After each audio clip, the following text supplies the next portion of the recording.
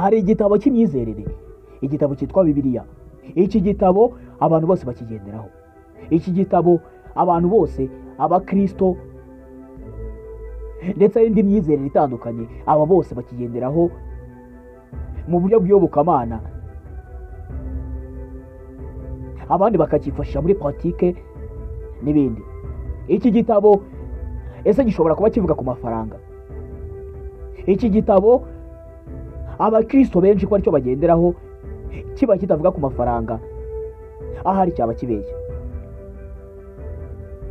Amafaranga y'amadolari, amayero, aya yose Bibiliya avugaho.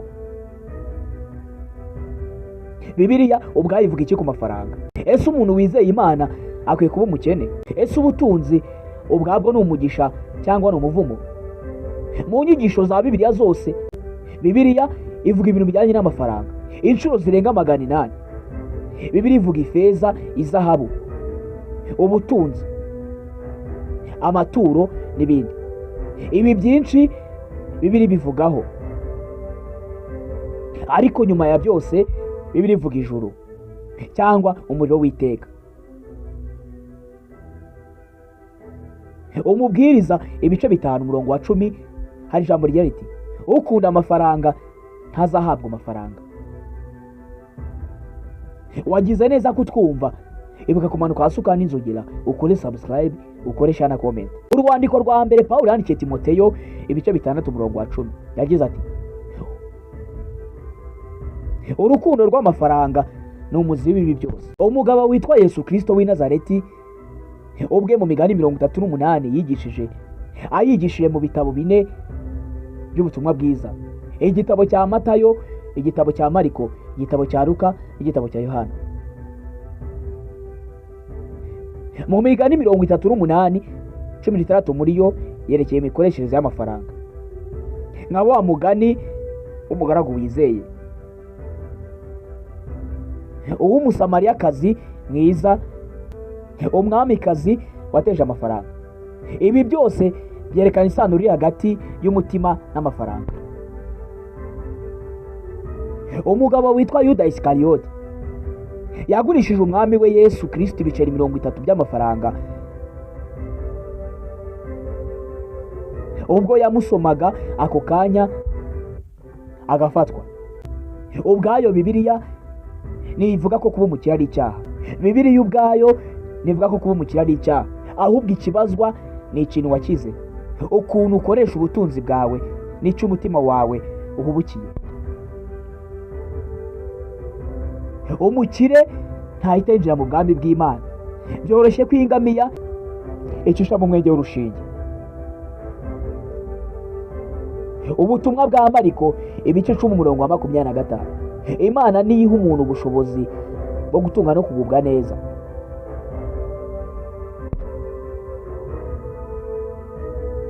Amafaranga ashobora kuba umugisha cyangwa akaba ikigeragezo. Ashobora kugira uruhare mu gutabara abantu cyangwa kubasenya. Ni igikoresho ariko gishobora kuba umutware. Ni nk'inkwi ukazicana cyangwa ukazubakisha inzu. 70% y'abantu batandukanye mu bushakashatsi mu bihugu bikize avuka ku bw'amafaranga. Tunarimwe by'abantu bakuze bavuga ko amafaranga ari yabagize abo bari uyu munsi. Ababi yabagize babi, abeza yabagize beza. Urwandiko Pawulo yandikiye Abakorino ibice 9 umurongo wa 7, Abakorino ba 2.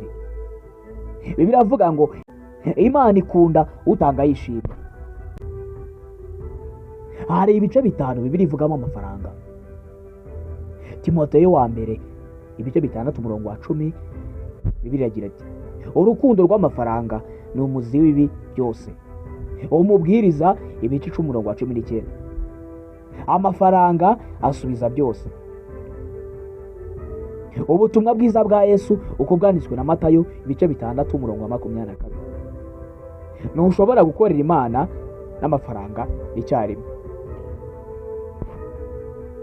Ubutumwa bwiza bwa Yesu uko bwanditswe na Luka ibice 21 umurongo wa 1 kugera ku murongo wa 4. Umukene watanze afite byose. Imigani ibice 3 umurongo wa 9 kugera ku wa 10. tura Uwiteka ibyawe byose, uzarushaho guhirwa cyane. Umuntu afite inshuro ashobora kuvuga amafaranga ku munsi. Umucuruzi mu kazi akora ashobora kuvuga amafaranga inshuro 30 kugera kuri 80 ku munsi. Umuyobozi, umukozi wa banki avuga amafaranga inshuro 100 kuzamura. Umwana muto avuga hagati y'inshuro 1 kugera kuri 3 avuga ijambo amafaranga. Ubushakashatsi bwakozwe na Harvard basi bugaragaza ko 80% by'imyanzuro y'abantu bakuru ifatwa hashingiye ku mafaranga. Bagena ibyo bakora bashingiye ku mafaranga bafite, nibwo bumenye icyo bakora.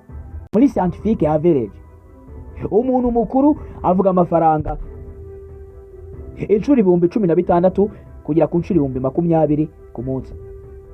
70% by'abashakanye abatandukanye bavuga ko amafaranga ari kimwe mu byabateje ibibazo. Ibuka kumanuka hasi ukanda inzogera, ukore subscribe, ukore share, ukore comment. Ese wowe amafaranga uyabona ute? Ubuzima bwawe ubona ute ubaye udafite amafaranga?